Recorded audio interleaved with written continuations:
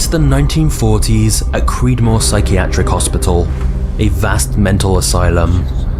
These patients are suffering from mental illness, a topic which is severely misunderstood.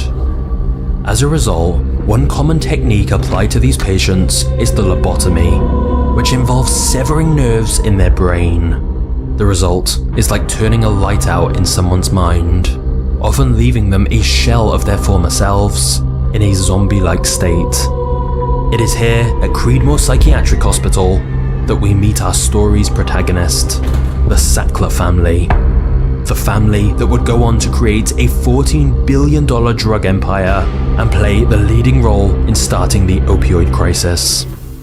But way before all of that, back in the 1940s, 3 brothers from the Sackler family were working at Creedmoor. They spent much of their time administering another brutal treatment, electroshock therapy. This involved tying a patient down and sending an electric current through their brain. It often left patients deeply traumatized. After administering this procedure thousands of times, the Sackler brothers became convinced there must be a better way.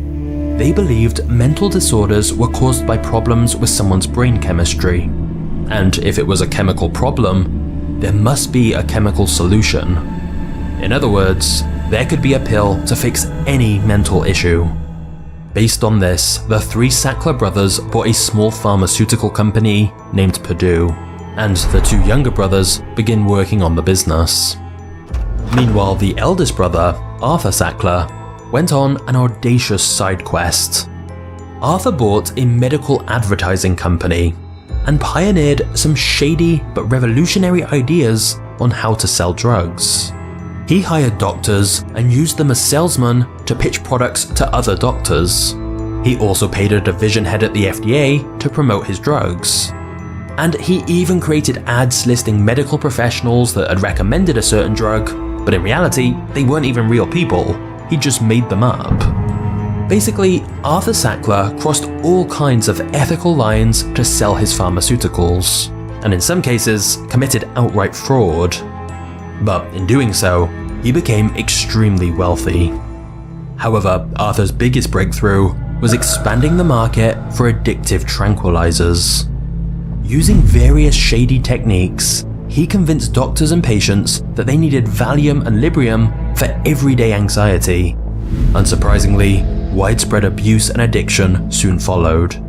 But when questioned about the growing problem of addiction, Arthur Sackler had a chilling response. He said, "The drug is not the problem. Reckless patients are the problem."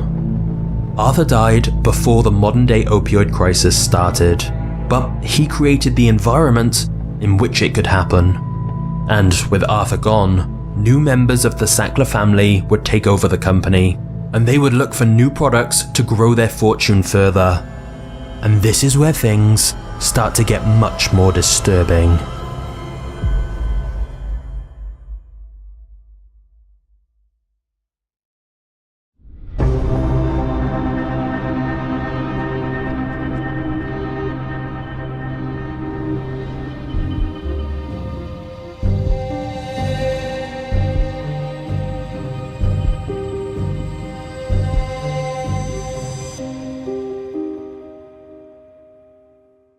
The Sacklers' first successful pain drug was called OxyContin. This was morphine with a seal around the pill which caused the chemical to enter the bloodstream slowly and continuously over a period of time.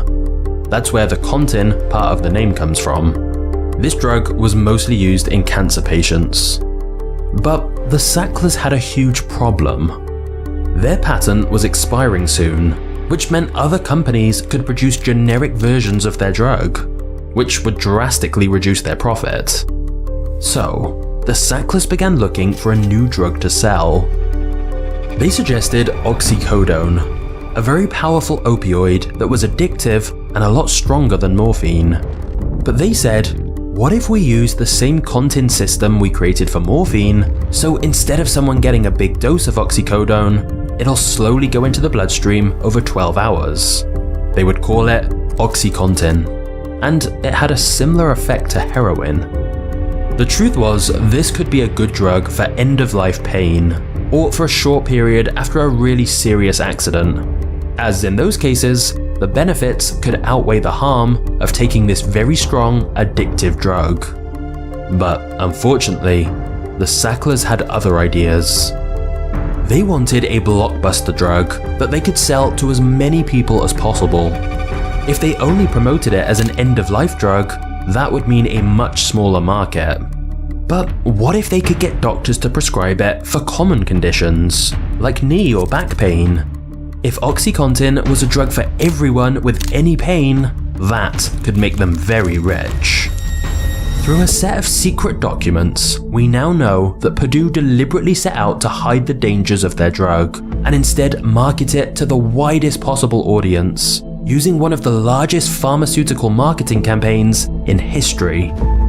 It would be this decision to put profits over safety that would begin what we call the opioid crisis, taking hundreds of thousands of lives.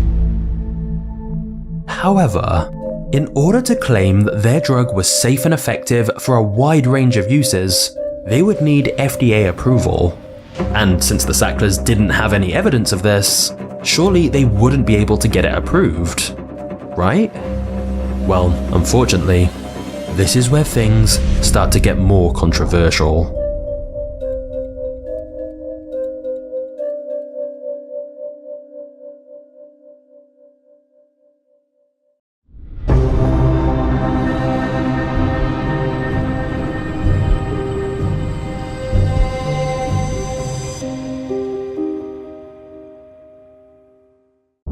Purdue Pharma achieved something very unusual. They obtained the help of a medical officer at the FDA. His name was Curtis Wright, and he was the medical reviewer in charge of deciding whether to approve OxyContin. And yet, he was working closely with Purdue on the wording. At one point, Purdue executives camped out for 3 days in a rented room near Curtis's office, and together they helped draft the FDA review of OxyContin in a way that Curtis promised would be approved.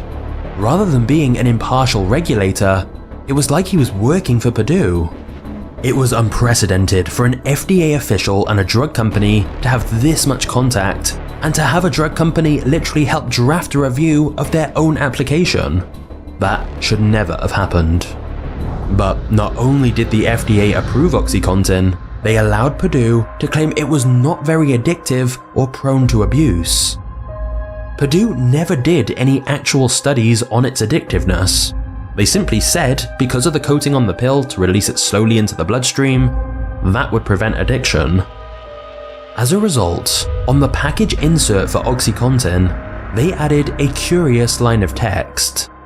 Delayed absorption is believed to reduce the abuse liability of the drug. This did not sound very scientific. It's believed by who? And based on what evidence? It was very vague, and there had never been a label like this before.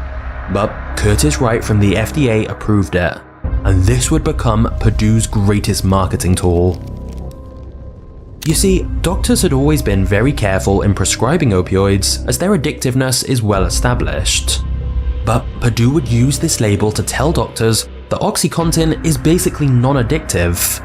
The sales reps would say, "It's right here on the packaging, and the FDA approved it." And this would be the catalyst for doctors prescribing this drug so much more. But here's where this gets fascinating. Curtis Wright soon left the FDA, and in just over a year, he got a new job, working for Purdue Pharma for more than $370,000 per year. So to summarize, the FDA granted Purdue an extremely unusual label, which turned out to be a lie. That label helped make the company billions, and the man who approved it went to work for that company. And sadly, things were about to get much worse.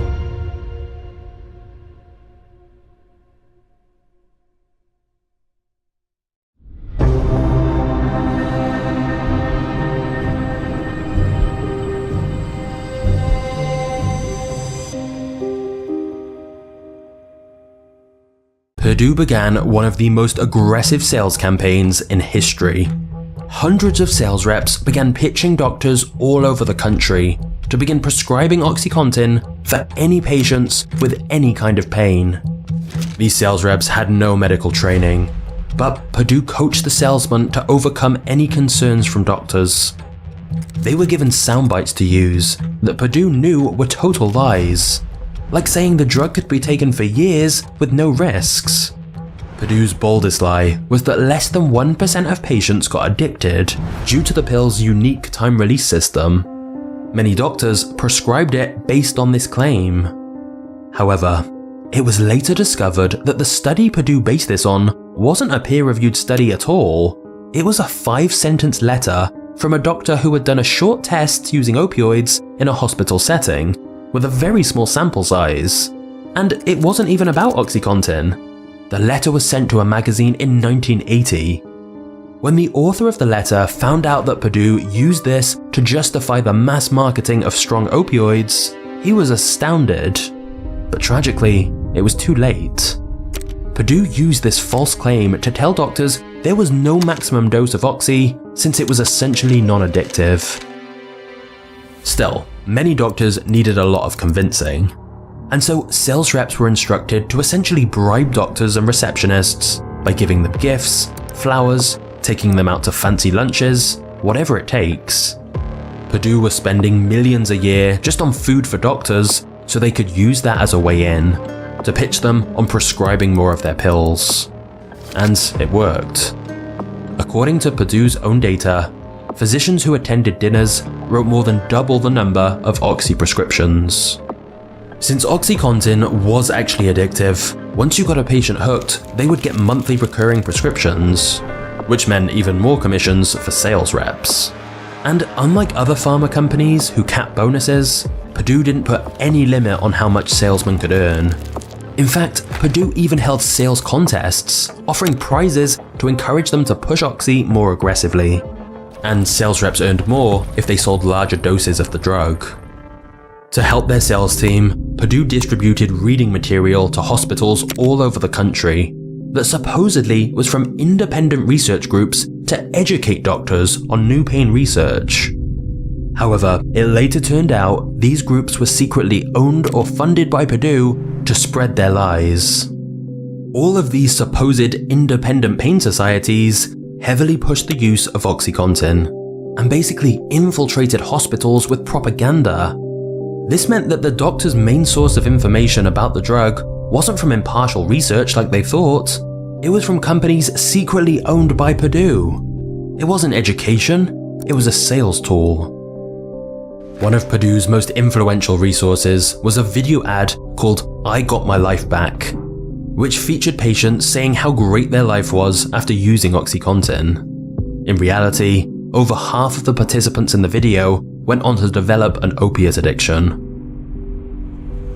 Purdue took things even further when they started paying doctors to attend medical conferences, which were really used to indoctrinate them further on the benefits of opioids. The message was that they were safe, and not prescribing them was like wanting patients to suffer. But it was all an orchestrated campaign to change doctors' views on opioids. However, because oxycodone was less well known, it was less well understood.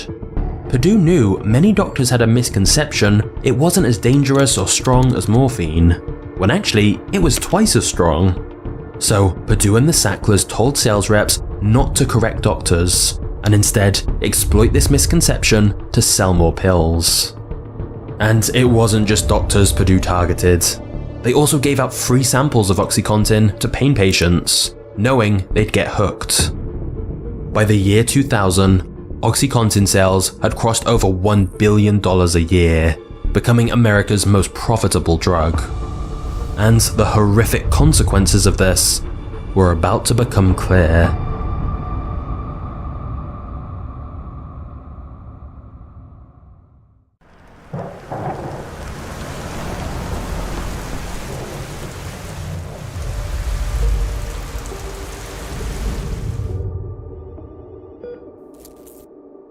Sales reps started reporting back to Purdue that they were hearing concerns from doctors.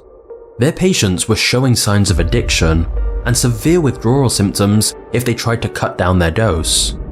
But Purdue told sales reps to stop raising issues and start selling more.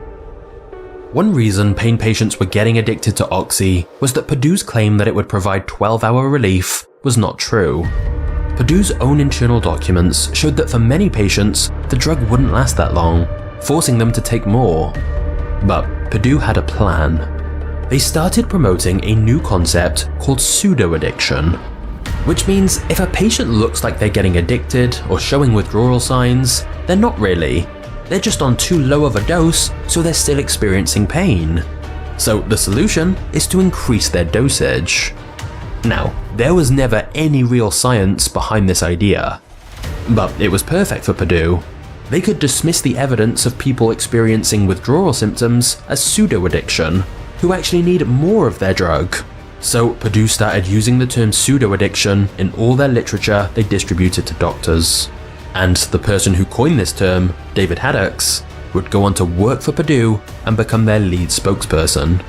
But Purdue soon had a bigger problem.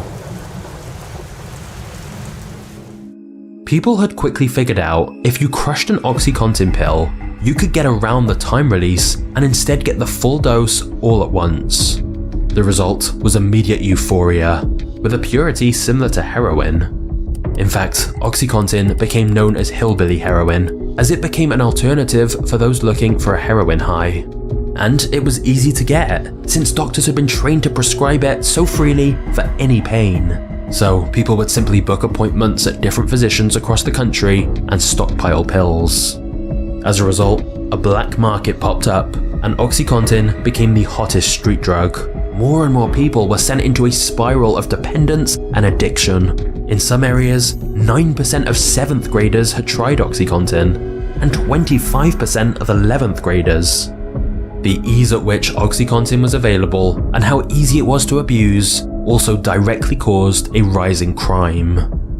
In regions where the drug had been most heavily prescribed, 70% of serious crime became drug-related. And there were many cases of pharmacies being robbed, and all that was taken was OxyContin. A lot of pharmacies wanted to stop stocking it, but Purdue would threaten them if they did. The data was clear. Since OxyContin was introduced, there were more overdoses, more crime, and more full jails.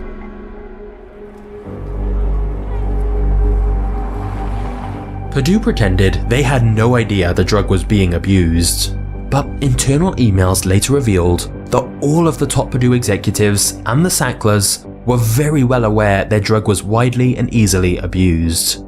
In fact, they specifically told staff to delete all mentions of addiction from their communication because they wanted to hide any trace of their knowledge.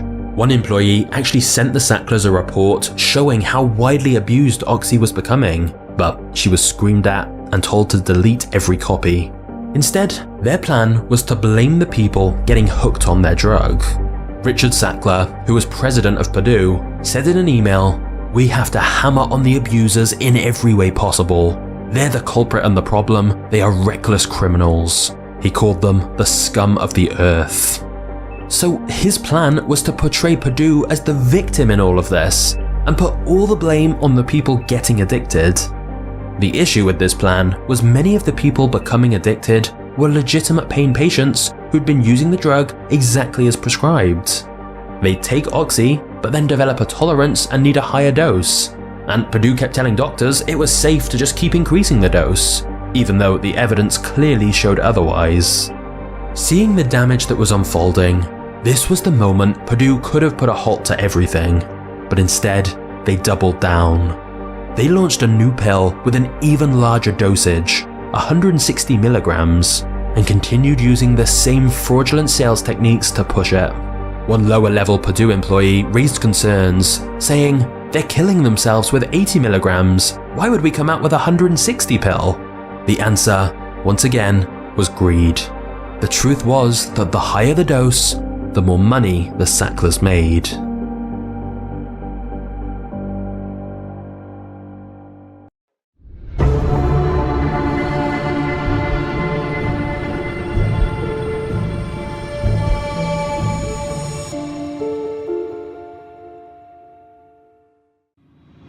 Purdue and the Sacklers were making so much money from OxyContin, they could easily afford to silence their critics and buy off the people supposed to be regulating them.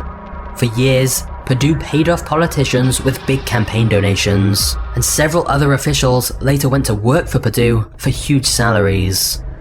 But by 2007, the United States was in the midst of an opioid crisis. So many lives were being lost, and the CDC estimated the opioid crisis was costing the US economy $80 billion a year. So more and more people were talking about the issue. Eventually, Purdue began to come under more scrutiny, and this was largely thanks to a small group of government officials who refused to be bought off and spent years mounting a case against Purdue, showing all of the insane and manipulative tactics they had used. The evidence was overwhelming. There were graphs Purdue had manipulated to make their drug look safer than it was. There were videos of them coaching sales reps how to lie to doctors. There were doctors they'd paid off to do ads for them, but not disclose that it was an ad. And so many more cases of bribery and lies. So, later in 2007, Purdue Pharma was taken to trial. Even though Purdue was a private company owned by the Sacklers, the family did not attend the trial. However, several families who had been torn apart by OxyContin did. One mother said to Purdue, "You created this drug, you pushed it, you lied about it, you killed my son and so many others, and continue to do so as I speak." In the end, Purdue was convicted for misrepresenting the risk of OxyContin. They would pay $600 million in fines and admit that for years they had fraudulently marketed Oxy and deliberately hidden the drug's addiction and abuse potential, even though Purdue had known the dangers all along. 3 top executives from Purdue would also plead guilty to misdemeanors. But here's the problem. Even though $600 million is a lot, that very same year, OxyContin made $3 billion. Internally at the company, the $600 million fine was viewed more like a speeding ticket. Not just that, the executives who'd pled guilty got no jail time, and after the trial, they got back onto Purdue's private jet and received financial bonuses from the Sacklers for the pain they'd suffered. And worse still, right after the trial, Purdue just doubled down on selling the drug even more. They didn't change their aggressive sales tactics like they promised. Instead, the Sacklers voted to expand their sales force by 100 more sales reps, and would go on to make many billions of dollars more from the drug. The Sacklers also voted to pay themselves hundreds of millions of dollars of dividends from the company. So even though the trial was painted as a success by the government, true justice hadn't been done. Nothing had really changed. And anyone who was paying close attention would realize an even bigger problem was just beginning.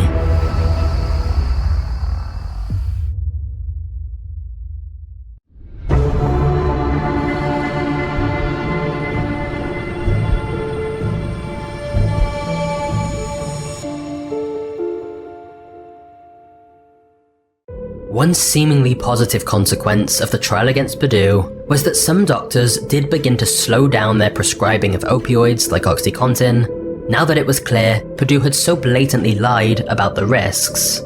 But it was too late. The damage had already been done. Millions of people had already got hooked on prescription drugs, and now that Oxy was getting harder to obtain, they found themselves turning to drugs like heroin and fentanyl instead. By suddenly shutting off people's supply once they were already addicted, they were forced to turn to the black market to escape the horrendous withdrawal symptoms. OxyContin had become the gateway to illegal drugs.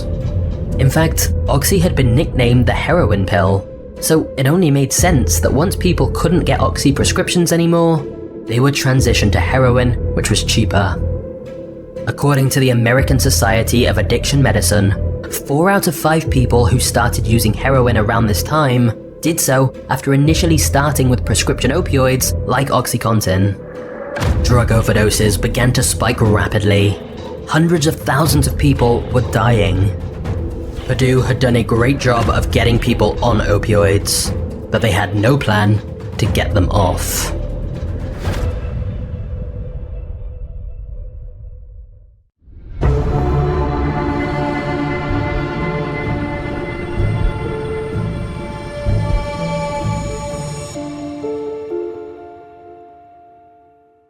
Once the truth of how this opioid crisis became clear, nearly every state began suing Purdue.